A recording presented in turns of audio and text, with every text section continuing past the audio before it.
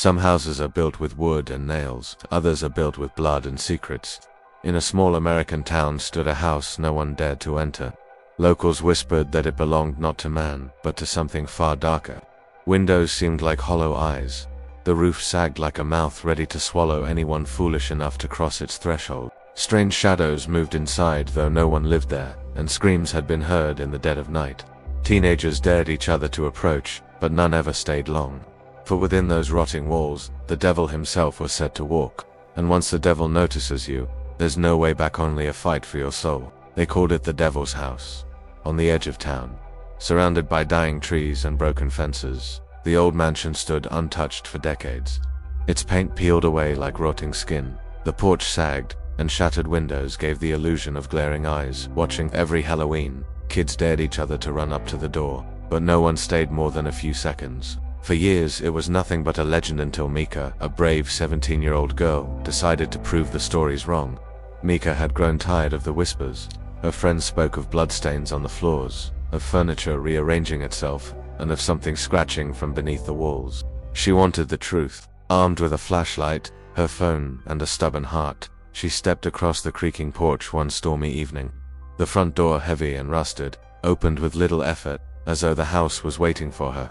A wave of air hit her face, thick with the smell of rot, mold, and something metallic, almost like old blood. Her flashlight beam cut through the darkness, revealing torn wallpaper, overturned chairs, and claw marks dug deep into the wooden floorboards. Somewhere in the distance, a door slammed on its own. Mika whispered to herself, "It's just the wind." A low growl, deep and animalistic, echoing through the walls. Her light flickered, and in that split second of darkness, she swore she saw a figure, a tall shadow with horns curling from its head, watching from the hallway. Fear clawed at her, but pride pushed her deeper. She walked toward the staircase, each step groaning as if warning her to leave. The air grew colder with every step, her breath visible in the beam of her light.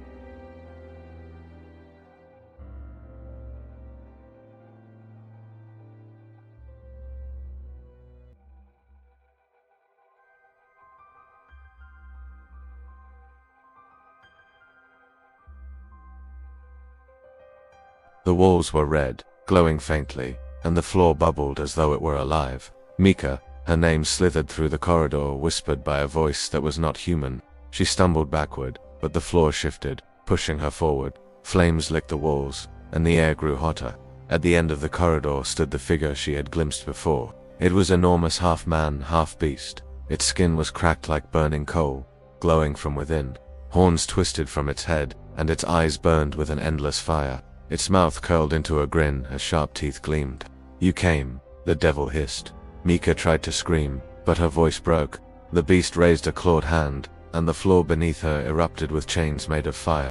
They lashed around her wrists and ankles, pulling her to the ground. "You are mine now."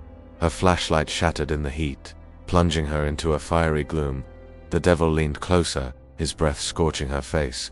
"Do you know how many souls I've eaten in this house? Do you know how long I've waited for a brave one like you?" Mika shut her eyes, praying it was a nightmare.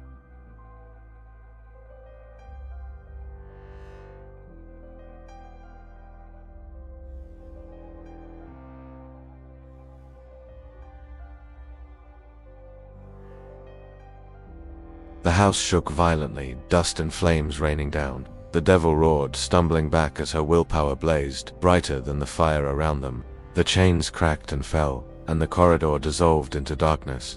When Mika opened her eyes, she was lying on the rotting floor of the real house, the faint glow of morning sunlight breaking through the cracks. The walls were still, silent. The message was gone. She stumbled outside, her body trembling. From that day, no one saw the devil's house the same way again.